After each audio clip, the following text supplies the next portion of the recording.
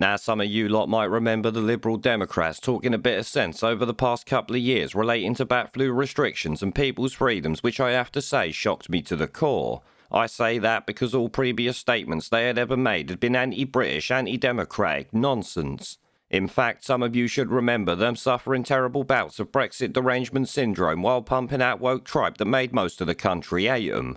This obviously culminated in their leader, Jo Swinson, losing her seat in Parliament despite claiming she could be the next PM.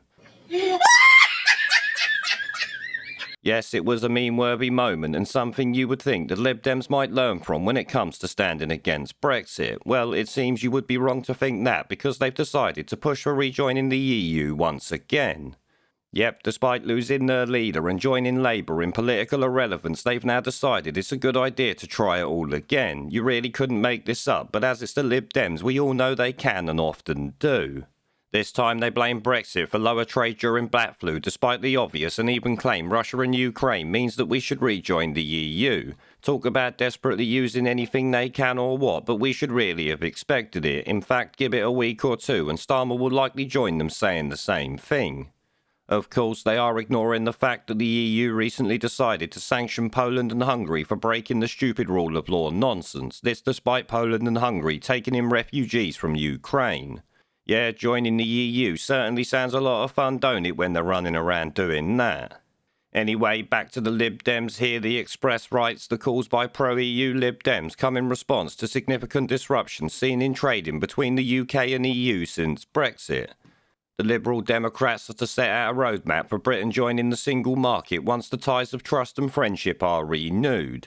Red tape introduced by Britain leaving the bloc saw UK exports to the EU fall by 20 billion last year, compared with the last period of stable trade with Europe, according to the Office of National Statistics.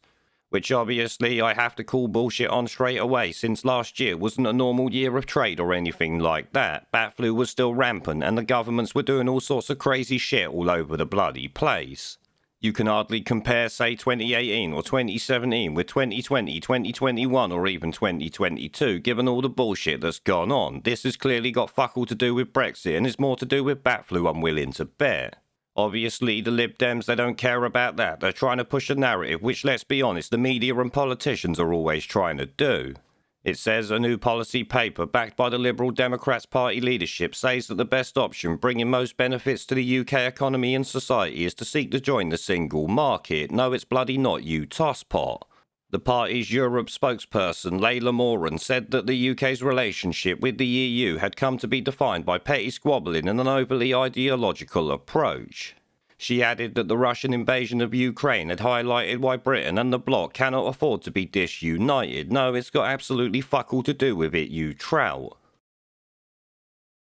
Miss Moran said that British people and small businesses who are tangled in red tape are paying the price and they deserve better. Yeah, we deserve better politicians who are not rehashing old bullshit that the British people already voted for.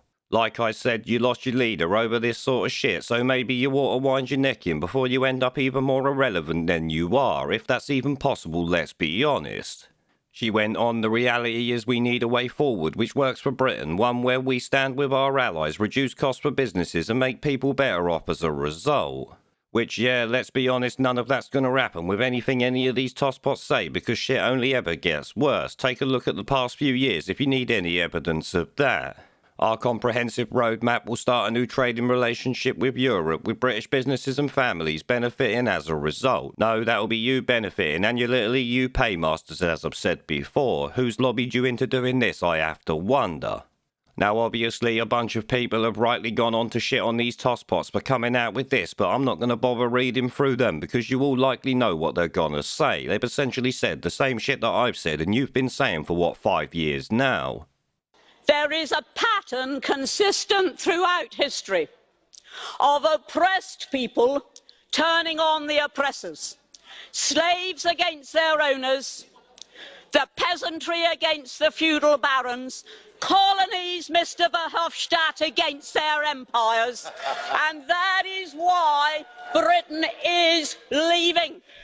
And it doesn't matter which language you use, we are going and we are glad to be going. We're off.